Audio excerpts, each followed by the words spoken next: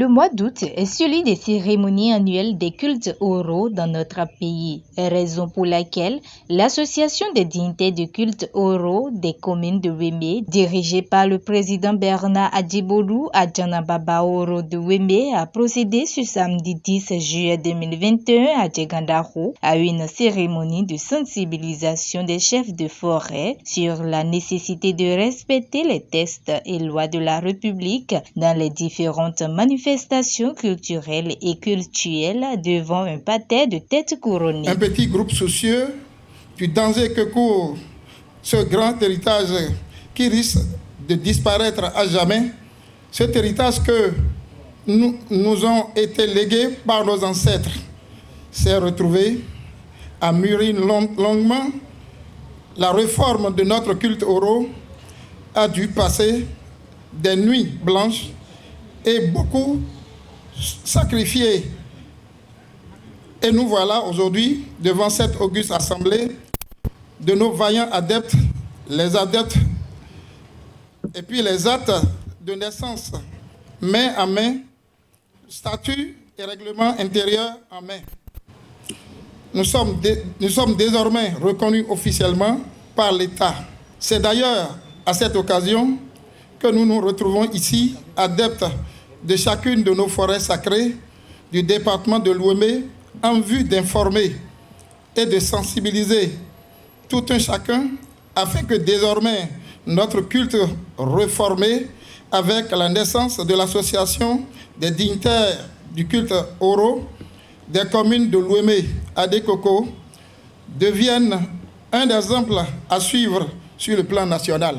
Le vote sort de Telaï, Banjome. Bon, mais je confie, elle a tombé comme mais je confie, elle a eu un joué, mais on l'a usé au Gandhi. Dès que tu as au Cabo, tu as mis l'accord. Ouais, moi, je ne pas parler, je vais faire quoi, ami. Il y a quand même un zoom tale pour votre dossier là. Votre dossier là, tu t'es aussi ici, si mais ouais, mais non, mais ja, ouais, donc, mais là, si un blanc de Horan bindele, bon, mais trophy, un doigt zoom congolais.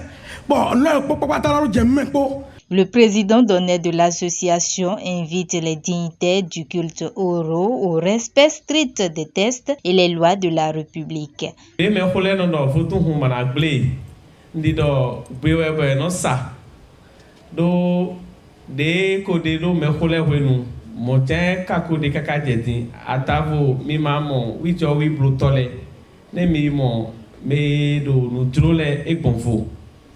Bon, nous des tito mais bon des coco zéro t et nous daho bon togan de kununa bon a hosu zon atole bi 16 ans atole bi et de kununa do nous no sisi na no peta de me be vile we no zon bon ne nous comment dire nous même akatia ouais et no je nous support wa intoji e we zon boy do. Le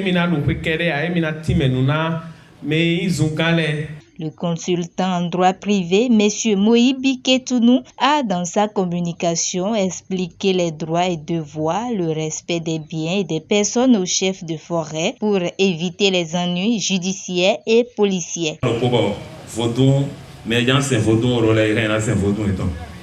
Mais des voyants droits des associations leur conférés donc ni do yemon se bena ira yi bon wa ko ina sen ina ba yi ina do ko roko yeno chipena o ganle ka wa ko na do ko yo person gbe ni gan lo ko ye ina do ko etan e do gande me ye do na ni jan fotun do nu wi wa bo jan wa nu normalement e do gande me na wa nu etan dai tout le monde on nous console donc mais pour là nous étant pour moi mais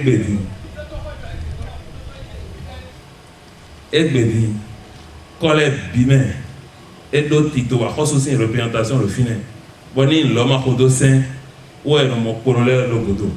Le président de la FACEB a mis la lumière sur le rôle que cette fédération compte désormais jouer pour la sécurisation des lieux sacrés et de culte. FACEB a gboda holé, il est au Bénin Tomé.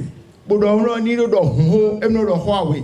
Vaudou ya, Egun ya, Zangoto ya, Yemaja ya, Oro ya. Nde pepe atepli kofle din boje klandro ina nini hwemi. Ademe. Donc les faces blondes à Katia le provision. Bon pour on peut tous pas des donc nous c'est pour il m'a dit que autour de la main. Lo poison bon face blond et voilà doit bolo était Amado Ache. Blando emie bio on pas ça mon galo.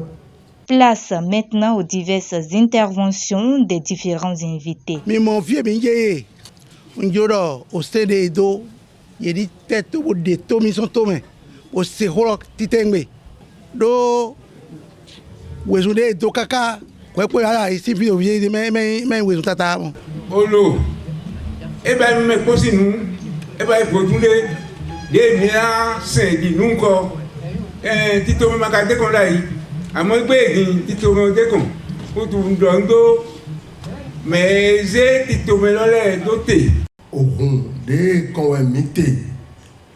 Ni do mo lo mi lo su ma na sisi. Ohun de kon we mite. Mi ma to nu kon yi ohun lo ton din. E vivi ti tengbe.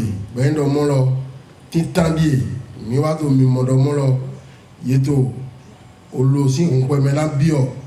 Bo ye wa yin ajana olo ton le.